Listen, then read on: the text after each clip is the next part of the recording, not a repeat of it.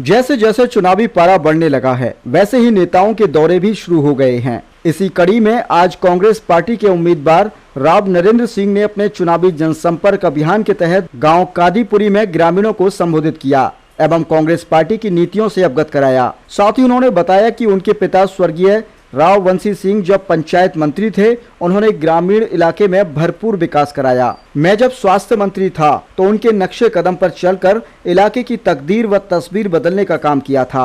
अगर जनता ने इस बार मौका दिया तो विकास कार्यों की झड़ी लगा दी जाएगी और इलाके की तस्वीर व तकदीर बदलने का काम करूंगा।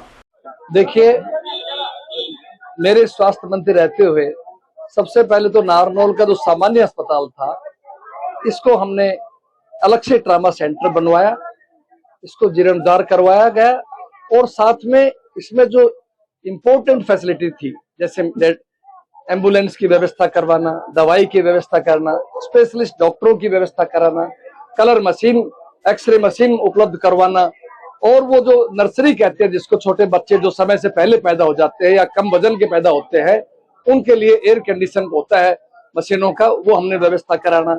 इस इलाके के अंदर 100 बेड का आयुर्वेदिक मेडिकल कॉलेज बाबा खेतानाथ जी के नाम से हमने यहाँ पटिकरा गांव की धरती के अंदर बनाया गया और जितने भी इलाके के अंदर नई नई पीएचसी खोलनी थी, पीएचसी खोली गई, पीएचसी के भवन बनाए गए, इमारतें बनाई गई। तो इस तरह से अपने आप में ऐतिहासिक काम हुआ। स्वास्थ्य के मामले में, विकास के मामले हर गाँव में करोड़ों रुपए दिए गए और नारनौल के अंदर पानी का, सीवरेज का और हर आदमी को हमने कानून व्यवस्था के हिसाब से बढ़िया काम करके दिया। तो इसलिए मैं समझता हूँ लोग आज उस समय को याद करते हुए और 10 साल के बीजेपी को शासन को देखते हैं और अगर तराजू में एक पलड़े में 10 साल का बीजेपी का काम देखेंगे और 5 साल का मेरा काम देखेंगे तो आपका तराजू थोड़ा भारी नजर आएगा। इसलिए मैं नारनौल की विधानसभा क्षेत्र के भाइयों और बहनों से, शहर के और ग्रामीण मतदाताओं के उत्साह को देखते हुए, इनकी लगन को देखते हुए मैं कह सकता हूँ कि इनका पूरा समर्थन और आशीर्वाद कांग्रेस पार्टी के साथ है, नरेंद्र सिंह के साथ। नुकसान बीजेपी को ही होना है क्योंकि पार्टियां दो ही बच गई हैं मोटे तौर पे, कांग्रेस और बीजेपी। 10 साल बीजेपी का शासन लोगों ने देख चुके हैं, इसलिए अब वो दोबारा से कांग्रेस उनको याद आई है और लोगों का आशीर्वाद कांग्रेस के साथ है और निश्चित रूप से पूरे हरियाणा में एक परिवर्तन की लहर बन रही है। छत्तीसवीं बिरादरी के मन में लहर है। हर व्यक्ति, चाहे वो किसान है, कर्मचारी है, व्यापारी है, चाहे ऐसी दलित भाई है, मौजूदा सरकार के कार्यकलापों से, कारनामों से दुखी है। किसान भाइयों को उम्मीद थी कि बीजेपी की सरकार उनकी 2022 तक आमदनी को दुगनी कर देगी। आमदनी दुगनी नहीं हुआ, खर्चा दोगुना हो गया, कर्जा दोगुना हो गया।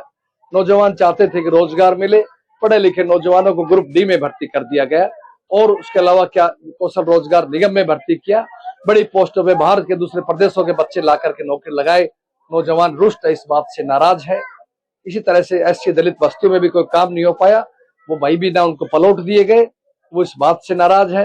तो कहने का अर्थ यह है कि कर्मचारी भाई अपनी मांग रखते हैं, रोजाना सड़कों पे आंदोलन कर रहे हैं, उनकी ओपीएस की मांग को भी ठुकरा दिया। इसलिए मेरा ये मानना है कि आज हरियाणा का हर वर्ग मौजूदा सरकार से दुखी है।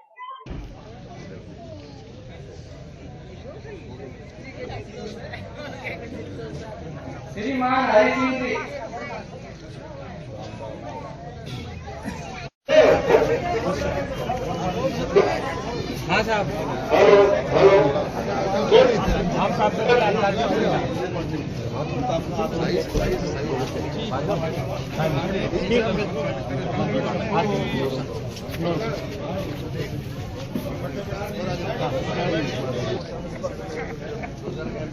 राव साहब बता दिया उनको 6,000 पहले आए हुए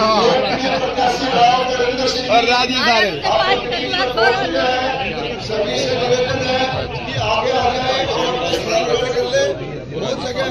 स्वास्थ्य विभाग आगे आ जाओ ना भाई राव नरेंद्र सिंह जी,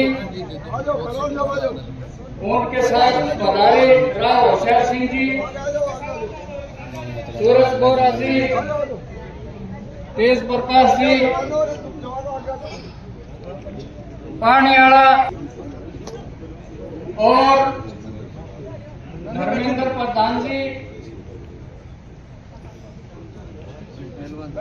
रोहतास अध्यापक जी, विक्रम सिंह जी, अवाना से।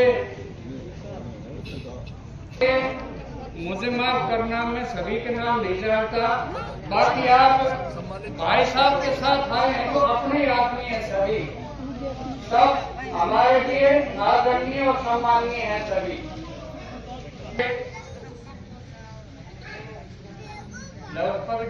पकड़ी थी नाम बोल श्रीमान भोर सिंह जी, सभी का राव नरेंद्र सिंह जी के साथ गांव कादीपुरी में पहुंचने पर दिल की